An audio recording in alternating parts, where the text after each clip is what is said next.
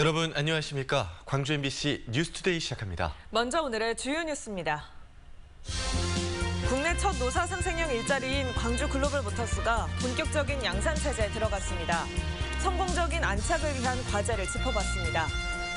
민주당 대선 후보들이 호남권 순회 경선을 앞두고 광주 MBC 공개홀에서 진행되는 지상파 합동 TV 토론회에서 격돌합니다. 코로나19는 일자리라는 지역 경제의 오래된 화두를 바꿔놨습니다. 빅데이터 분석을 통해 코로나19가 바꿔놓은 지역 경제를 진단합니다. 13년 동안 단 한 차례도 부결이 없었던 광주 도시계획위원회의 투명성을 높이는 방안이 시도되고 있습니다. 국내 첫 노사 상생형 일자리인 광주형 일자리 공장이 1호 차량 생산을 시작으로 본격적인 양산 체제에 들어가 있습니다. 성공 여부를 두고 기대와 우려가 교차했었지만 첫 시작은 순조로워 보입니다. 우종훈 기자가 취재했습니다. 2, 1, 출발! 광주형 일자리 공장에서 만든 첫 자동차 캐스퍼가 모습을 드러냅니다. 배기량 1000cc의 경영 SUV 캐스퍼가 첫 선을 보인 건 올해 4월 광주 글로벌모터스 완성차 공장이 지어진 지 5개월 만입니다. 우리 광주 시민의 힘으로 자동차를 만들어서 신차를 오늘 내놓은 날이기 때문에 그렇습니다. 참으로 감격스럽고 기쁜 마음 금할 길이 없습니다. 본격적인 양산 체제에 돌입한 광주형 일자리 광주 글로벌모터스는 23년 만에 국내에 만들어진 완성차 공장입니다. 현재까지는 1교대를 할 수 있는 인원 505명이 채용됐는데 이 가운데 93%인 470명이 지역 인재로 이루어졌고 추가 채용을 통해 인원을 2배 가까이인 1000명까지 늘릴 계획입니다. 간접고용까지 포함해 모두 1만 2천 개의 일자리가 생겨납니다. 청년들에게는 희망이 되고 지역 경제에는 활력을 불어넣을 것입니다. 기대와 우려가 교차했던 신차에 대한 반응도 긍정적입니다. 사전 예약 첫날 18,940대가 예약됐는데 이는 역대 현대차 내연기관차 가운데 최다 기록입니다. 광주 글로벌모터스는 캐스퍼를 연간 10만 대까지 생산할 예정입니다.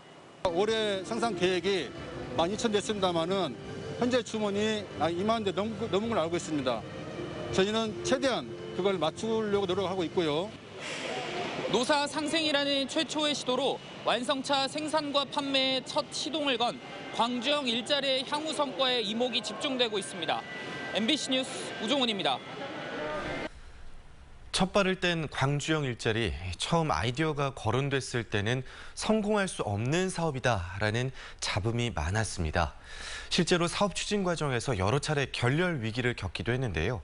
광주형 일자리 사업이 성공하기 위해서는 어떤 과제가 남아있는지 송정근 기자가 살펴봤습니다. 광주형 일자리 사업은 실험 그 자체였습니다. 기존 업체 근로자가 받는 연봉의 40%를 주고 누적 생산 35만 대까지는 노조를 만들지 않는 데다 온라인으로만 차량을 판매하는 파격적인 실험 때문에 시작부터 광주형 일자리는 시끄러웠습니다. 민주노총은 광주형 일자리 모델은 실패할 것이라고 비판했고 한국노총도 노사 상생이라는 광주형 일자리의 기치를 지키기 위해 여러 차례 투쟁에 나서기도 했습니다. 이런 우여곡절을 겪은 광주형 일자리는 2년 8개월 만에 캐스퍼 양산 체제에 들어가며 본격적인 시동을 걸었습니다. 입장차가 서로 다른 노와 사를 모두 만족시키는 해법을 찾는 일은 너무나 어려운 일이었고 그에게 자본금과 차입금을 모집하는 과정도 쉽지 않았습니다. 하지만 남아있는 과제도 많습니다. 현대차로부터 모든 부품을 제공받아 위탁 생산하는 현 방식은 단순히 생산만 하기 때문에 연관 효과가 기대에 미치지 못할 수 있고 내연기관차를 생산하는 점도 최근 자동차 트렌드와는 반대 방향으로 가고 있다는 지적이 제기되고 있습니다. 또 임금을 낮추는 대신 정부와 지방자치단체가 임대주택과 어린이집 등을 조성해 이를 보존해주기로 한 부분은 아직 미진한 상태입니다. 어린이집을 제외하고는 아직 첫 삽도 못 든 사업이 많습니다. 여기에 향후 노조 설립 등의 논의가 본격화하면 다시 갈등을 겪을 수도 있습니다. 가장 중요한 것은 노동계와 약속을 어떻게 지켜야 할 것이냐, 노사 동방성장을 어떻게 할 것이냐, 또 회사에서 임금을 주지만 사회적 임금을 어떻게 처리할 것이냐, 이런 문제가 좀 앞으로 숙기로 남아 있는데 온라인 예약 주문을 받은 첫날부터 벌써 올해 생산 물량을 초과하는 예약을 받을 정도로 인기를 끌고 있는 캐스퍼. 노사 상생을 표방하며 닻을 올린 광주형 일자리의 성패를 경제계도 주목하고 있습니다. MBC 뉴스 송정근입니다. 더불어민주당 대선 후보들이 호남권 순회 경선을 앞두고 TV 토론에서 격돌을 합니다. 민주당 대선 후보들은 오늘 오후 5시 30분부터 90분 동안 생방송되는 TV 토론에서 정책과 비전을 놓고 치열하게 맞붙을 예정입니다. 특히 경선 레이스를 포기한 정세균 전 총리의 지지층을 잡기 위한 경쟁도 치열할 전망입니다. 광주, 전남, 전북 8개 지상파 방송사가 공동으로 중계하는 이번 토론회는 광주 MBC 공개홀에서 진행됩니다. 그동안 아주 느린 속도로 이동하던 제14호 태풍 찬투가 오늘과 내일은 비교적 빠른 속도로 한반도 방향으로 다가오겠습니다.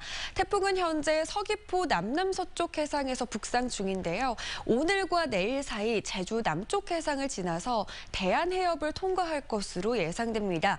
내일 새벽 3시면 서귀포 남남서쪽 약 110km 부근 해상까지 북상하겠고요. 내일 오후 3시면 부산 남남서쪽 약 160km 부근 해상을 지나겠습니다.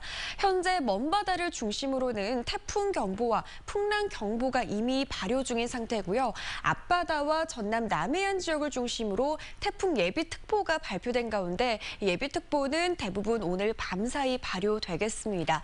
오늘 비와 바람이 예상됩니다. 강수량 먼저 살펴보시면 내일까지 전남 동부 지역을 중심으로 120mm가 넘는 비가 내릴 수 있겠고요. 그 밖에 광주와 전남 지역에서는 10에서 60mm가량의 비가 지날 것으로 예상됩니다. 무엇보다 바람이 매우 강하겠는데요. 최대 순간 풍속을 기준으로 남해안에서는 최고 시속 110km에 달하는 매우 강한 바람이 불겠고요. 그 밖에 내륙 지역에서도 시속 90km의 강풍이 불 것으로 예상됩니다. 시설물 관리 잘 하셔야겠습니다. 기온은 내림세를 보이겠습니다. 광주의 아침 기온 18도 안팎 보이고 있고요. 한낮 기온 27도로 아침 기온과 낮 기온 모두 어제보다 2, 3도가량 낮겠습니다. 날씨 정보였습니다. 코로나19가 불러온 여러 변화들을 빅데이터 속에서 살펴보기 위해 광주 MBC와 세안대학교가 공동으로 마련한 특별기획 빅데이터는 알고 있다 시간입니다. 오늘은 코로나19 대유행이 지역 경제와 관련한 주요 이슈를 어떻게 바꿔놨는지 살펴봤습니다. 조현성 기자의 보도입니다. 음악 스튜디오를 운영하며 자체 유튜브 영상도 제작하고 있는 오영석 대표. 지역의 명소를 무대 담아 부르는 추억의 명곡 콘텐츠로 구독자 10만 명을 1차 목표로 하고 있습니다. 아직은 사업 초기. 하지만 오 대표는 매출이 늘며 사업이 자리를 잡아도 누군가를 고용할 계획은 없습니다.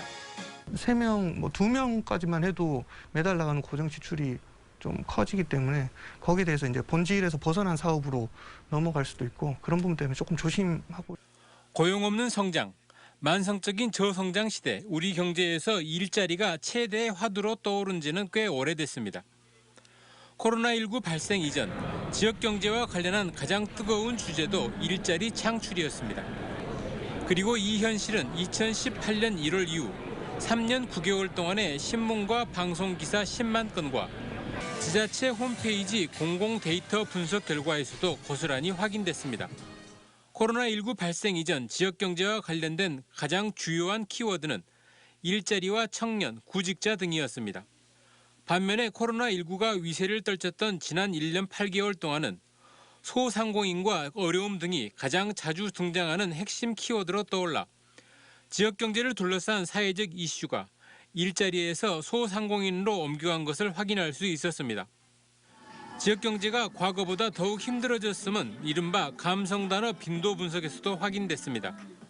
코로나 이전만 해도 많다, 좋다, 혁신 등의 긍정어 빈도가 어렵다, 부담, 불안과 같은 부정어보다 5,000회가량 더 많이 언급됐지만 코로나19 이후에는 부정어의 출현 빈도가 긍정어를 1,000회가량 앞지른 것으로 나타났습니다. 그래도 코로나 이전에는 가능성을 가지고 사람들이 긍정적으로 지역 경제에 내다봤었고 코로나 이후에는 너무 더 힘들다 보니까 코로나19 이후 출현 빈도가 크게 낮아진 키워드 가운데는 행사와 개최, 방문, 참석 등이 포함돼 있어 코로나로 인해 지역의 관광과 여행업계가 직격탄을 맞아 주었음도 보여주었습니다. MBC 뉴스 조현성입니다.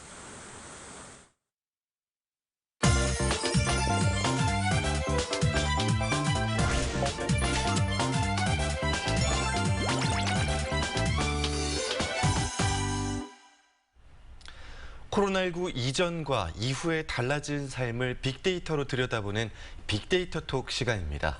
코로나19가 지속됨에 따라 자영업자, 소상공인들의 어려움도 날로 더해지고 있죠. 오늘은 빅데이터가 보는 지역 경제를 세안대학교 AI 빅데이터 연구소 이동수 소장과 함께 이야기 나눠보도록 하겠습니다. 안녕하십니까? 네, 안녕하십니까. 오늘은 지역 경제에 대해서 준비해 오셨다고요. 어떤 데이터를 활용하신 건가요? 네, 이번에 활용한 지역 경제 데이터는 코로나 전후 강주 전남 지역의 지역 경제 키워드들에 대한 변화를 알아보기 위해서 뉴스 기사 99,700건과 각 공공기관의 일자리나 경제 정책에 관련한 자료문서 약 380건을 활용했습니다. 네, 그렇다면 코로나 전과 후 지역 경제에 대한 주요 키워드부터 각각 살펴볼까요? 네, 먼저 코로나19 발생 전 2020년 1월까지 핵심 키워드는 일자리, 사업, 창출, 참여, 청년 또는 구직자와 같은 단어들이 도출되었는데요. 네. 이와 연관된 키워드도 청년 일자리, 일자리 지원 사업, 일자리 참여, 일자리 창출 등의 키워드가 확인되었습니다. 반면에 코로나19 이후에는 소상공인, 어려움, 촉구, 침체, 캠페인 등의 단어들이 핵심 키워드로 새롭게 도출되었습니다. 네, 이렇게 코로나19가 계속되는 상황 속에서 고강도 방역 수칙으로 인해서 어려움을 호소하는 분들이 많거든요. 뉴스 기사에 나타난 지역 경제는 어땠나요? 네. 강주 전남 지역의 지역 경제에 대한 시민들의 감정을 알아보기 위해서 지역 경제에 관한 텍스트에 대한 감성 분석을 하였는데요. 코로나19 이전에는 긍정어가 약 14,000회 정도, 부정어가 약 9,000회 정도, 긍정어가 약 5,000회가량 더 많이 언급됐습니다. 자주 등장했던 긍정어는 많다, 좋다, 개선, 우수, 혁신 등의 단어들이었습니다. 그러나 코로나19 이후에는 부정어가 약 11,000회 정도, 긍정어가 10,000회 정도로 부정어가 1,000회번가량 더 많이 언급되었는데요. 코로나19 이후 지역경제 어려움을 그대로 나타내주고 있는 것 같습니다. 네, 코로나19 이후에는 소비, 촉구, 캠페인 이런 단어들이 많이 등장했다고 하셨는데 아무래도 현재 이 어려운 경기를 극복하고자 하는 마음이 많이 반영이 된 거겠죠? 네, 그렇습니다. 코로나19 이전에는 현대차, 금호타이어와 같은 지역 기업에 대한 기사들이 많이 출연했었습니다. 그러나 코로나19 이후에는 소상공인들의 어려움을 알리고 대책 마련을 촉구하는 뉴스 기사가 많이 보도되었는데요. 예를 들어 코로나19 극복을 위한 지역경제 살리기 캠페인 또는 강주 상생카드와 같은 지역 화폐 소비에 관한 기사들이라고 보시면 될 것 같습니다. 네, 이 지역 경제와 관련된 공공 정책들을 살펴보면 이 코로나 이후에 청년 일자리 키워드가 많이 줄었거든요. 실제로 청년 일자리 정책 등의 어떤 변화가 있었나요? 네, 청년 일자리 정책에 있어서 먼저 코로나19 이전에는 2018년 6.13 재보궐선거 이후에 청년 일자리에 대한 관심이 많이 높아졌고 같은 해에 청년 드림상도 지급되면서 청년 일자리에 대해 많은 보도가 쏟아졌습니다. 그러나 코로나19 이후에 청년 일자리에 관한 기사가 감소하였고 공공은 청년 일자리에 대해 정책적 노력은 하고 있겠지만 이번 지역경제 관련 빅데이터 분석에서는 두드러지지는 않았습니다. 네, 지역경제에 대한 빅데이터 분석 이번 주에 이어서 다음 주에도 좀 더 살펴보도록 하겠습니다. 오늘 나와주셔서 고맙습니다. 고맙습니다. 네, 감사합니다. 광주 학동 4구역에서 참사가 발생한 지 꼭 100일이 지났습니다. 아직 제대로 된 진상조사와 책임자 처벌이 이뤄지지 않고 있어서 가슴 한구석이 답답한데요.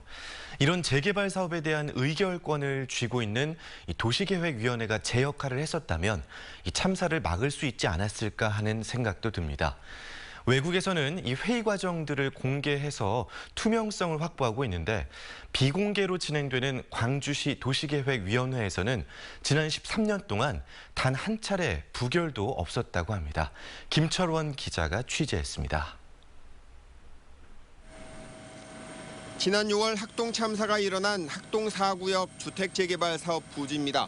2,300세대가 입주하는 최고 층수 29층짜리 아파트 19개 동을 건설하는 사업이 추진될 수 있었던 건 지난 2015년 광주 도시계획위원회가 개발안을 의결시켰기 때문에 가능했습니다.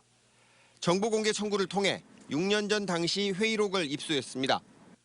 회의 내용이 아파트 진출입과 주차 문제 등 입주민의 편의 문제에 집중돼 있는데 이름이 가려진 탓에 누가 어떤 발언을 했는지는 알 수 없습니다.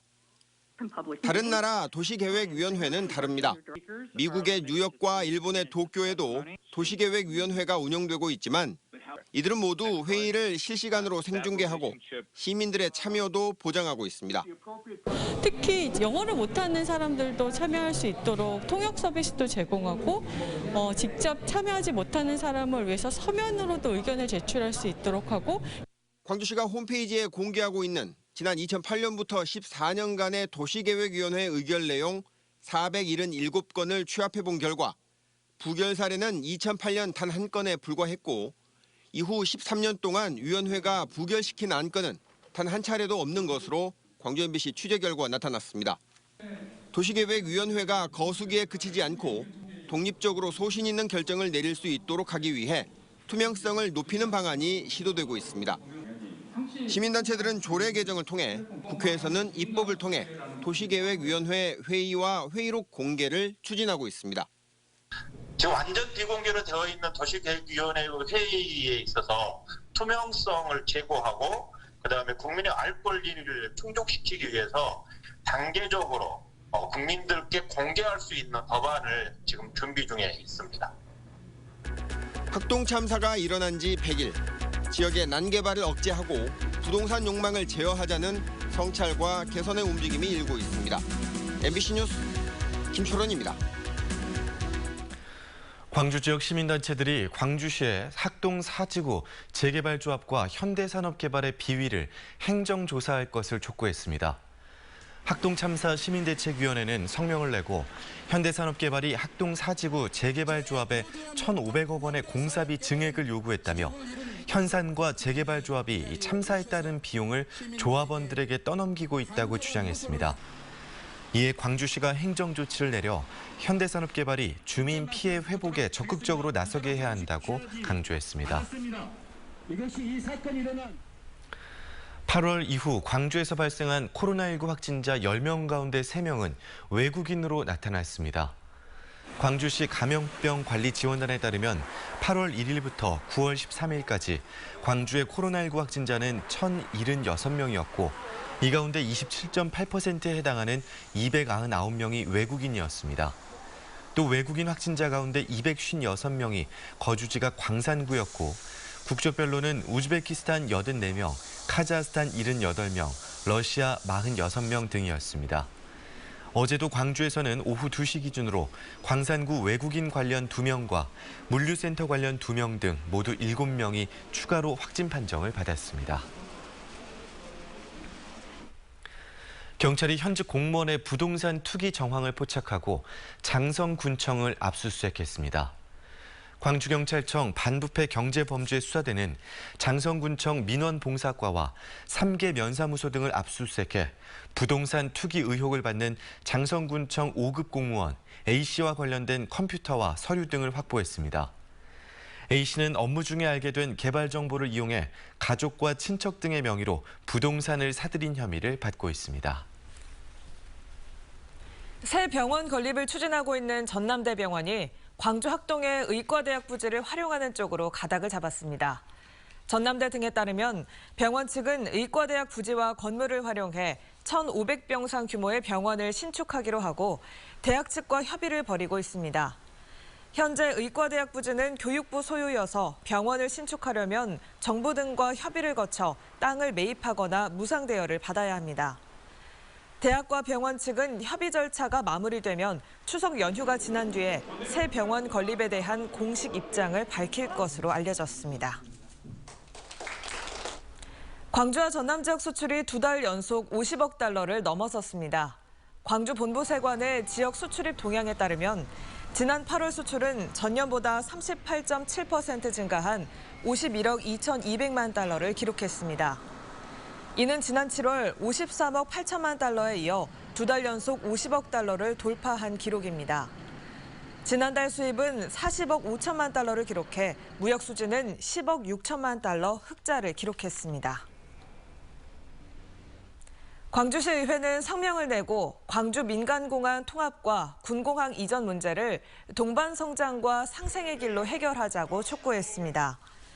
광주시 의회는 성명에서 갈등과 대립은 광주와 전남의 상생 발전에 전혀 도움이 되지 않는다며 소모적인 논쟁보다는 지역 발전을 위해 머리를 맞대고 합리적인 해법을 찾아야 한다고 주장했습니다. 또 군공항 이전 지역 주민들이 납득할 수 있는 포괄적이고 종합적인 지원 대책을 제시하라고 정부에 촉구했습니다.